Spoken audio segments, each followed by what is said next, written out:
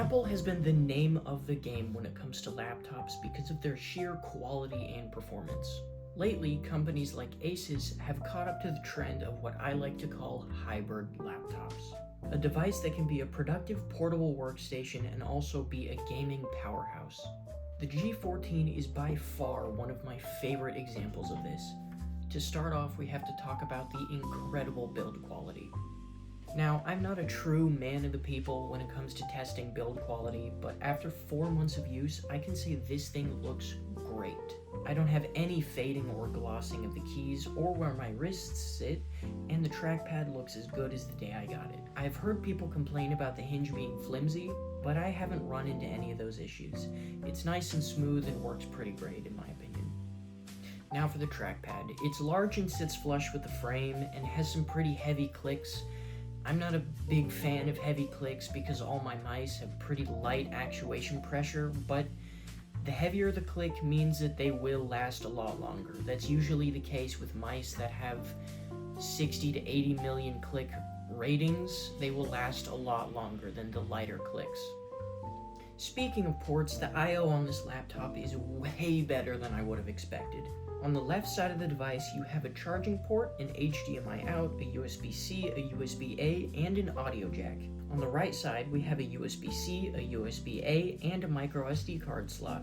This laptop does use a proprietary charging port, and a lot of the community was confused on why they didn't just use USB-C, but I don't really find it to be too big of a deal. Asus claimed that it would provide better wattage for charging, to be faster and more reliable, which I can't really argue. They did all the testing for it, so I kind of trust them on that.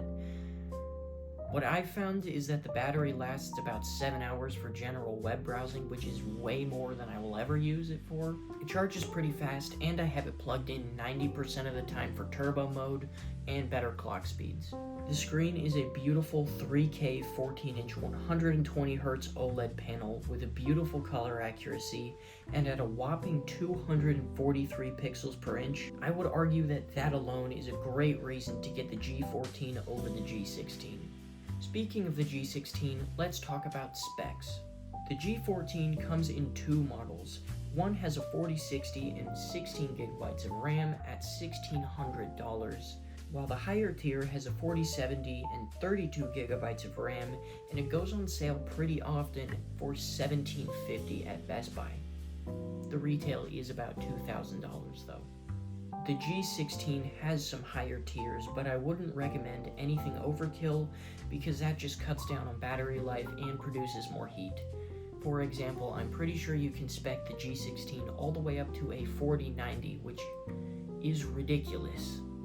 Both models of the G14 have the same Ryzen 9 8th gen processor and has done amazing in day-to-day tasks and heavy workloads.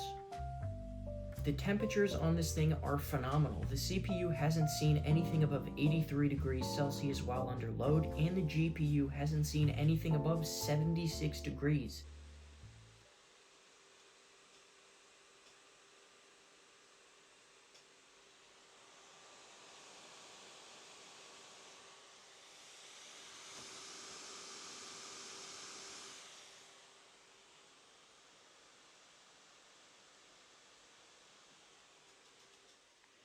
So, yeah, I might have been wrong about the temperatures, but I'm pretty sure what I meant was that was for basic scrolling on the internet, not in turbo mode.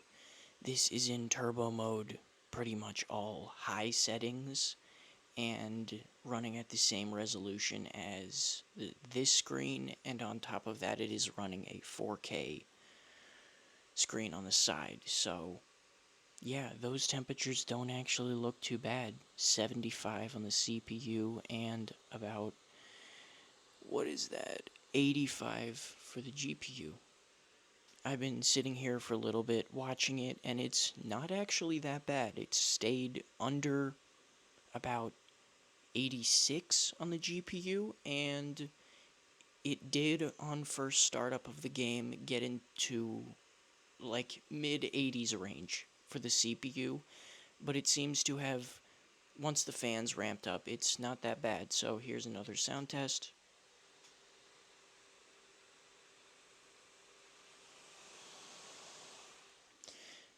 Yeah, I mean, comment your thoughts down below, but I think that's totally usable, especially when I'm using headphones. So, yeah. For a small laptop with such heavy-hitting hardware, I would have expected to see thermal throttling under heavy loads or a cut in CPU clock speeds. But it's handled everything I've thrown at it like a champ. The fan noise is quite loud when you start to do demanding tasks. I expected that, and it's not too obnoxious. The speakers are so good anyway that I completely forgot about the noise.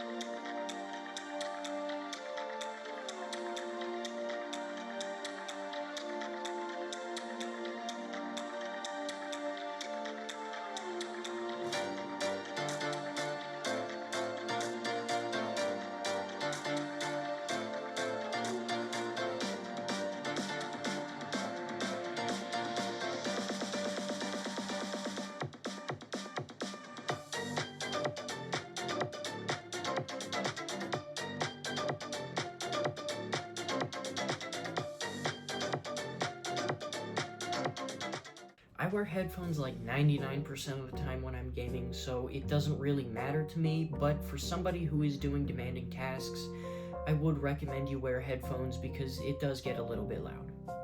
Would I recommend this laptop though? 100%.